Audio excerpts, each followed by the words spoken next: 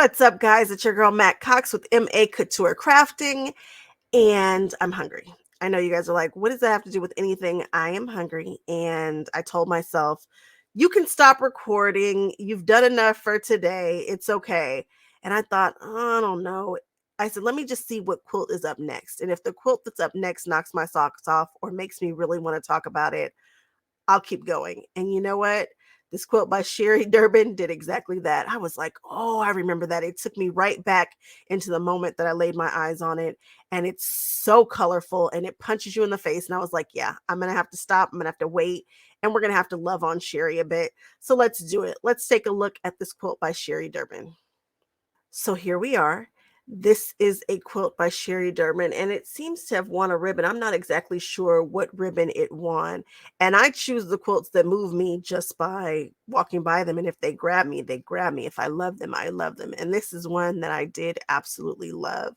Again, I'm not sure what this ribbon is for, but we'll see when we get in a little bit closer for our detail shots. This packs it with it's just packed with color, and where the color is used and how it's used is exceptional. So if you know your color theory, you know that purple and yellow sit opposite of the color wheel. But just because you grab any purple and you grab any yellow does not mean that you're going to get something that's pleasing to the eye. I struggle with that combination more than anything. And if you ever really want to know, because they always say, well, just use something in the opposite of the color wheel. So here's my trick. I always think about a Laker girl pumping gas at a 76 station during Christmas time. I know that sounds crazy, but what that makes me remember is that yellow and purple are complementary to one another. And then you have blue and orange, the 76 station, they're opposite of one another. And then you have the Christmas colors, which are green and red. So the one that I struggle with the most is the yellow and purple. I'm like, does that really go together? And everything does not have to be pleasing to your eyes. Some stuff you might just think is ugly.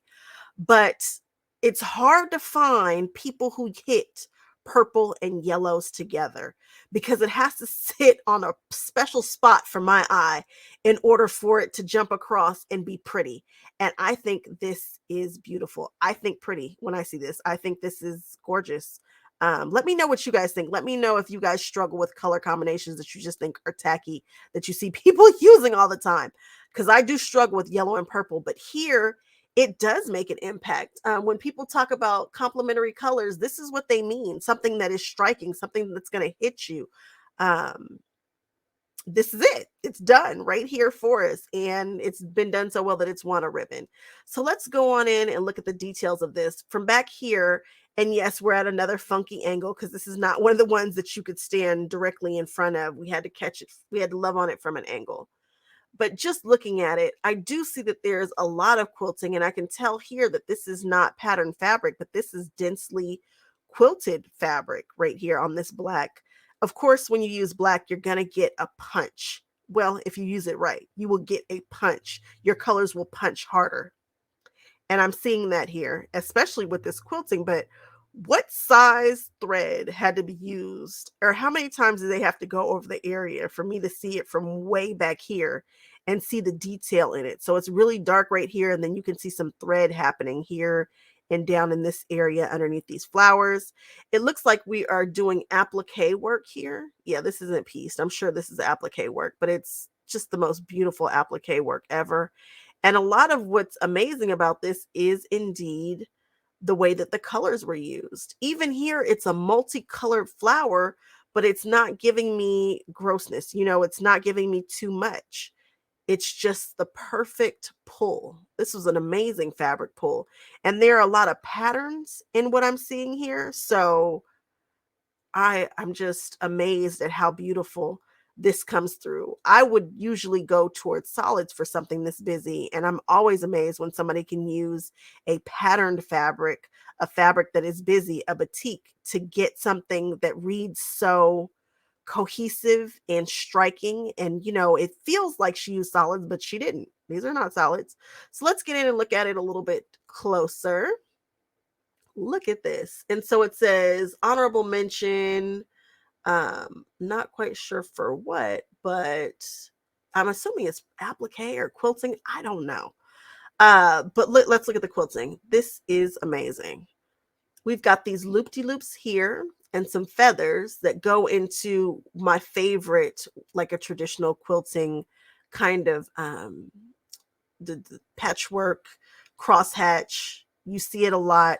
It's my favorite way to quilt anything. And it goes around, and you can see that we use, I believe this is the blanket stitch right here to get these down nice and tight. It almost looks like, yeah, I think they went around it with a thread to make it pop even more, which is a Jane Sassman way of doing something. She'll go around it to give it even more dimension with a different colored thread. Look at this. Even the vines to the flowers, it's a patterned piece of fabric and it's striped. So it kind of, it's pulling and making your eye focus in different ways, but kind of in a linear, well, I guess they are lined, so I guess it would be linear, but it's interesting where it's pulling my eye. And I didn't even notice this from far back that this was a stripe. And then we have, I don't see a solid in here now that we get up close, which is interesting because I would have gone straight for solids and mine probably would have been flat as an ironing board. Check out the quilting here. We've got this pillow shape with these pebbles embedded within it and a star in the center. And then we have, it kind of feels like it's echoing these flowers here. You can see the way that the feather or the flower works and a swirl. And these swirls feel the same as these swirls. It just feels like the shapes are echoing, but you can see that there were some decisions made here because this is very, very vibrant because we're using a different color thread, and you know your girl loves a thread change. But then we even get into a different color thread right here with these purple threads that are just laying in the center of this type of a kind of a medallion look. Oh, the peacock is gorgeous. Wow. This is amazing. I wonder whose pattern this is, if this is an original design or if this is like a pattern pool design or whatnot. Look at all the work to stitch down all of these shapes. Gorgeous, absolutely gorgeous. And you know, when you are so talented that you can use bright thread on just stark black because you know your quilting is impeccable, go you. It's daring. It's daring. This quilt is daring. That's a good word for it. Oh, I'm loving it, guys. I am absolutely loving it. I think that Sherry did an amazing job on this quilt. I'm sure it took forever because applique is no joke. And I'm enjoying it. I'm enjoying every flower. I'm not sure who the designer is, but this was done beautifully. So pretty that it stopped me from eating my lunch. So guys, I am going to go on ahead and wrap it up here. You guys know what to do. Let's jump in the comment section. Tell me what I missed. Tell me what you love about this. Tell me what you love about the decisions that were made. Let's love on this quilter. That's what we do on Mondays. We celebrate quilters, and no, it might not be the ones who win all the ribbons, and might not be the ones that you know, but they are the quilters that have taken the time to enter quilts into shows and share them with us. And so I want to share them with everybody that I can and do my part. So again, please like, comment, subscribe, and I'll catch you guys on the next one. Bye-bye.